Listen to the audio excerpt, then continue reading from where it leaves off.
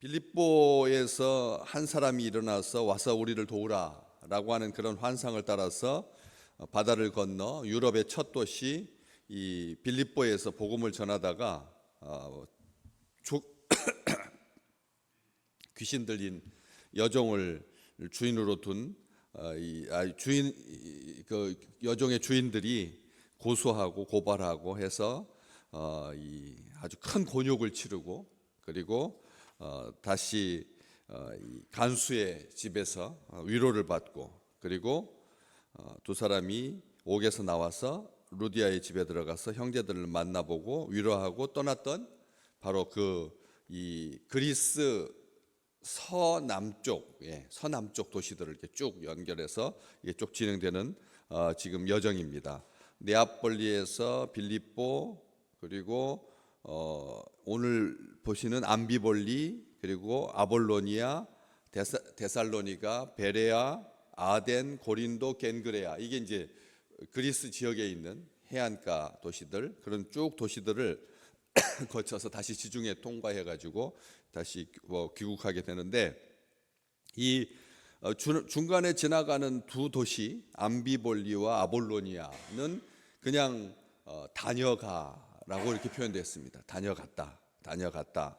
뭐 이렇게 그냥 스쳐 지나가는 그런 이 마을인데 이 암비볼리라고 하는 이 마을은 강으로 둘러싸여 있어서 물이 풍부하고 그리고 경관도 굉장히 수려하고 또 비옥한 지역이어서 포도하고 무화과가 많이 생산되는 그런 지역입니다. 그 문도 광산에서 나오고 그래서 그걸 가지고 수출하고 제조업이 발달하고 그냥 해안에서 가까운 도시인데 이러한 이 도시인데 이 암비볼리라고 하는 도시를 그냥 이렇게 볼리라고 하는 말은 폴리스 또 뒤에 나오는 아볼로니아는 아폴로를 섬기는 도시.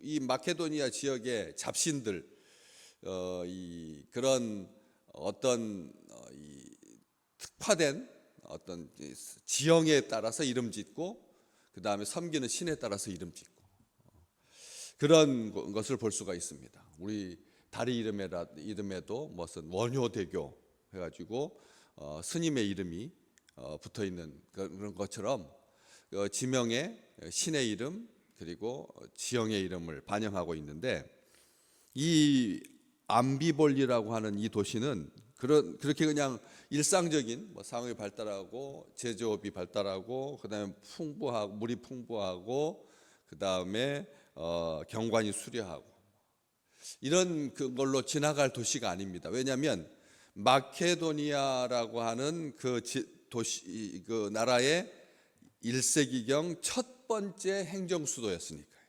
첫 번째 행정수도. 이 행정수도라고 하는 말이 요즘 우리가 쓰지 않습니까? 세종시 행정을 위하여 나라의 모든 관료들이 서울에만 있으면 지방에 이 역차별이 생기니까 지방에 대한 차별이 생기니까 나라의 한 중간쯤에다가 행정도시를 건설해 놓고 그 다음에 관리들이 관리하기 쉽고 행정하기 쉽도록 그렇게 이 특화된 도시죠. 행정도시라고 하는 것이 원래는 없던 땅인데 이 도시가 아니었던 그런 이 마을이었는데 치열했던 알렉산더 사후에 치열했던 권력 다툼의 최종 승자였던 이 카산드로스가 자기 부인 이름을 따가지고 지은 데살로니카 지금 현재 데살로니키라고 그렇게 불려지는 데살로니가 이런 말들을 보면 자기 아내의 이름, 신의 이름, 행정도시 이런 곳이 바로 이제 암비볼리라고 하는 도시라는 거죠. 행정도시입니다. 나중에 이 데살로니키가 또 행정도시가 되고 수도가 되고 그리고 암비볼리는 우리 지금 말하는 것처럼 교토와 같이 이제 고도가 되는 거죠. 2000년이 지났으니까 주전 4세기부터 이 암비볼리라고 하는 마을이 생기기 전까지 그 지역은 아주 치열했던 격전지였습니다. 지금도 로마에까지 이르는 도로가 아직도 남아 있어서 그 도로 선상에 있는 지금 도시들을 쭉 걸어서 바울 일행이 복음을 전하기 위해서 가고 있는데 페르시아와의 격전지가 바로 이 암비볼리라고 하는 곳입니다. 알렉산더가 거기에서 이제 반격을 시작하면서 페르시아를 무너뜨리고 대전환점을 맞았던 혁신적인 출발점이 되었던, 우리가 우리나라 땅 전체 가운데서 일본과 싸워서 이긴 몽골과 싸워서 이긴 항전지, 바로 옆에 우리 행주산성도 있지 않습니까? 그런 것처럼 이 도시를 딱 부르면 그런 마음이 드는 거죠. 아주 잘 계획된 도시, 행정도시니까 잘 계획된 도시, 그리고 민족의 자긍심을 높였던 도시, 저항의 상징, 이런 세속적으로 봤을 때 굉장히 화려한 그런 도시인데 지금은 아주 작은 마을이거든. 작은 마을입니다. 그런 것처럼 세속적인 차원에서 보자면 그런 화려한 도시인데도 바울 일행은 그냥 다녀가는 거죠. 지나갔다는 겁니다. 거기에 머물지 아니하고, 거기가 여기는 행정도시고 그다음에 이 마케도니아 유럽인들의 이 긍정을, 이 진격을, 대전환점을, 혁신을 반영하는 도시니까 거기에서 복음을 전해야 되잖아요, 우리 생각에는. 그런데 그러지 않았다는 것이죠. 지나갑니다. 아폴로니아도, 아폴론이라고 하는 주신을 섬기는 도시니까 당연히 복음을 전해야 될 것 같은데도 거기를 그냥 다녀갔다라고 아주 간략하게 쓰고 있습니다. 누가 간략하게 쓰고 있고, 결국 데살로니가라고 하는 이 도시는 우리가 꼭 기억해야 되는 것이 데살로니가 전후서를 쓴 그런 이 도시이고, 뿐만 아니라 바울의 전체 서신 중에서 첫 번째 편지거든. 우리가 생각할 때 빌립보가 더 큰 도시고, 빌립보가 첫 번째 복음을 전했던 아주 격정적인 도시니까 빌립보서가 더 먼저 쓰여질 것 같은데, 이 데살로니가 교회를 향해서 바울이 쓰고 있는 것이죠. 이 데살로니가 치열한 권력 다툼 현장이었던, 말씀드렸던 것처럼, 그래서 민심을 수습하기 위해서 아내의 이름을 거기다가 붙여줍니다. 우리가 그렇지 않겠어요? 4명의 장군들이 후계 구도를 형성하기 위해서 알렉산더 사후에 4명의 장군들이 막 치열하게 격전했던 그런 과정에서 어떤 때는 이 사람이 막 승리하는 것 같으니까 그 사람 편에 섰다가, 또 처음에는 생각할 때 굉장히 떨어진다고 생각했는데, 그래서 그 사람한테 붙어있던 사람이 거의 없었는데, 그런데 그 사람이 치고 올라와 가지고 최종 승자가 되면서 이제는 사람들의 마음이 불안한 거죠. 앞에 승자 옆에 붙어 있었던 사람이, 그 사람이 승자가 되었다면 문제가 없었겠지만, 반대편에 섰던 사람이 승자가 되어 가지고 최후의 승자가 되면 그 반대편에 있던 사람들은 불안할 수밖에 없잖아요. 그러니까 그런 것들을 달래기 위해서 괜찮다, 이제 하나 되자, 하나 되어서 나가자라고 하는 차원으로 아내의 이름을 도시에다가 붙여가지고 시작된 그런 도시에서, 거기 유대인의 회당이 있습니다.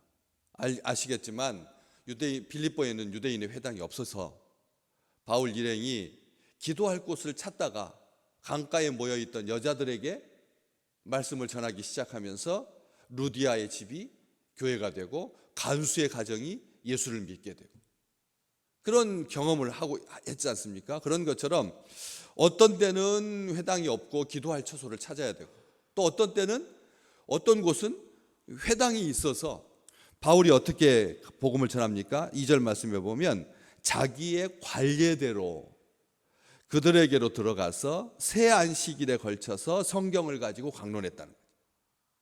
여기 보시면 다른 것은 회당에 들어가서 성경을 가르치고 하나님의 말씀을 강론했다, 풀어서 잘 가르쳤다, 강의했다, 가르쳤다, 이렇게 해석할 수 있는데 3절 말씀에 뜻을 풀어줬다, 그리고 그 뜻을 풀어서 중요한 핵심, 그리스도가 해를 받고 죽은 자 가운데서 다시 살아나야 할 것을 증언했다. 이렇게 부활에 대해서 증언하고, 내가 너희에게 전하는 이 예수가 곧 그리스도다, 예수 그리스도를 전하고, 이게 다 복음을 전하는 바울의 이 일상인데 하나가 딱 시작하는 수식어가 뭐냐면 자기의 관례대로 했다는 거예요. 자기의 관례대로. 여러분, 빌립보라고 하는 지역에서 바울은 어떤 관례를 따랐습니까? 안식일에 기도하러 나갔죠. 안식일에 기도하는 것이 자기의 관례였고, 또 여기에서 자기의 관례를 또 한번 볼 수 있는데, 안식일은 뭐하는? 하나님의 말씀을 읽고 하나님의 말씀을 해석하고 하나님의 말씀을 묵상하고 하는, 회당이 있으니까 회당에 가가지고 이런, 그게 자기 관례였다는 거죠. 관례는 어떨 때 쓰는 말입니까? 우리가, 여러분의 오늘 루틴한 습관은 뭡니까? 하루를 시작할 때, 가을이 시작되면서, 그리고 봄을 맞으면서, 또 여름에, 겨울에 관례가 뭡니까? 여지껏 살아오시면서 자기 몸에 아주 익숙한 그런 관습들, 관례들, 습관들. 신앙은 결심의 문제가 아닙니다. 신앙은 의지의 문제가 아니라는 겁니다. 우리가 생각하기 쉽습니다. 믿음이라고 하는 것은 정말 온 힘을 다 쏟아야 하고 열정을 쏟아야 하고, 우리가 생각하기 그러잖아요. 요즘 왜 이 시대가 끝으로 갈수록 믿음의 본질은 감춰지고 외형적인 것이 굉장히 두드러진 시대를 우리가 살아가고 있기 때문에 그렇습니다. 우리 다시 한번 봅니다. 꼭 왜 수능 보는 날은 늦어가지고 경찰서장 관용차를 타고 학교에 가는 아이들이 발생할까? 오토바이 뒤에 타고 늦게 도착해가지고 부끄러워서 막 하면서도 막 웃으면서 막 뛰어들어가는 이 마지막 그런 아이들의 모습을 우리가 볼까? 우리 삶 속에서 이런 관례들, 이런 늘 다시 반복되는데도 꼭 그 장면을 찍어서 이 수능을 마치 뭐 하는 것처럼요. 다 온 국민이 50만 명이니까 한 세대 가운데 50만 명이 거기에 집중해야 되는 축복인 거거든요. 어버이가 되어서 엄마의 마음으로 어저께 아침 10시부터 오후 늦게까지 이 자리에서 하나님 이름을 12명의 이름을 불러가면서 기도하는 그 루틴함, 그냥 한두 번 해보다가 마는 것이 아니라 다음 세대가 계속 생겨날 때까지 또 자라나면서 우리는 그런 것들을, 그게 신앙의 여정이고 그게 믿음의 행보지, 우리가 어떤 독특한 것, 아주 어떤 특별한 것, 이것을 가지고 한 게 아니라는 거예요. 데살로니가에 도착했으니까 이제는 한번 아주 색다르게, 아주 특별하게 이렇게 한 것이 아니었다는 것이죠. 여기 보시면 그 결과가 4절 말씀에 기록되어 있는데, 그 중에 어떤 사람 곧 경건한 헬라인의 큰 무리와 적지 않은 귀부인도 권함을 받고 바울과 실라를 따르게 되었다. 우리가 보시면 아시겠지만 이렇게 복음의 결과가 향기롭고 행복하고 즐거운, 정말 얼마나 은혜입니까? 한 번도 예수 그리스도에 대해서 접하지 못했던 복음의 그 불모지대에 회당이 있고 바울이 3주에 걸쳐서 말씀을 증거하고 그리고 증언하고 뜻을 풀어서 예수 그리스도를 전하고 부활하신 우리 주님을 증언하고, 이 예수가 곧 그리스도다라고, 예수님이 주님이다, 예수님을 믿어야 영원히 구원을 받을 수 있다, 생명을 얻을 수 있다, 그렇게 말씀을 전하. 그래서 그 결과 많은 사람들이 따르게 됐죠. 그런데 반대로 그 밑에 바로 다음 이어서 5절 말씀에, 그러나 유대인들은 시기하여 저자의 어떤 불량한 사람들을 데리고 때를 지어서 성을 소동하게 하고, 그 바울 일행에게 숙소를 제공했던 야손이라고 하는 사람들이 아주 큰 변을 당하게 돼. 그래서 고소하고 또 고발하고, 다른 임금 로마의 황제를 섬기는 것이 아니라 예수를 섬기는 자들이다, 고발당하고, 그래서 바울과 실라의 신변을 걱정한 사람들이 밤중에 바로 그 다음 도시 베레아로 피신시키는 사건이 10절까지 쭉 이어지고 있는 걸 보게 됩니다. 우리는 여기에서 다시 한번 생각해 보게 됩니다. 한결같이 성공하고, 한결같이 부흥하고, 한결같이 잘 나가고, 한결같이 평안하고, 그런 곳이 한 군데도 없습니다. 어디든지 가면 환영받기도 하고 또 고난을 당하기도 하고, 이 복된 하나님의 사명을 감당하는 길인데도 어디 가서는 사람에게 쫓기기도 하고 매맞기도 하고, 어떤 때는 허다한 무리가 믿기도 하고, 심지어는 허다한 제사장의 무리가 믿기도 하고.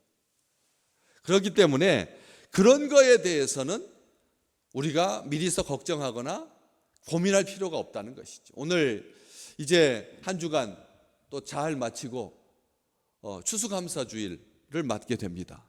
우리가 여기에서 이 한 가지를 고백합니다. 아버지 하나님 앞에 뭐냐면, 이런 어떠한 일을 당하든지 무슨 일을 당하든지 하나님이 영광을 받으시고 복음이 전파되면 때를 얻든지 못 얻든지 주의 말씀이 선포되는 그 자리에 하나님께서 예비하고 작정하신 사람들이 분명히 있다는 것입니다. 우리는 그걸 알기 때문에 내가 아주 낯선 곳에서도, 아주 긴 여행 중에도 사람들에게 친절한 미소를 대하면서, 그리고 예수에 대해서 말하고, 그렇지 않습니까? 지난주에 말씀드렸잖아요. 무디 선생님이 예수 믿는 첫날부터 나는 하루에 꼭 한 사람씩 예수님을 전하겠다, 그렇게 결심했지만 몸의 피곤함을 인하여서 침상에 딱 누울 때서 겨우 생각이 나가지고 가면서 하는 말이, 오늘 밤에는 아무도 없겠지라고 했는데 바로 마침 그때 비를 피하기 위해서 자기 우산을 씌워주고, 그리고 당신의 인생 가운데서 피할 피난처가 있으십니까?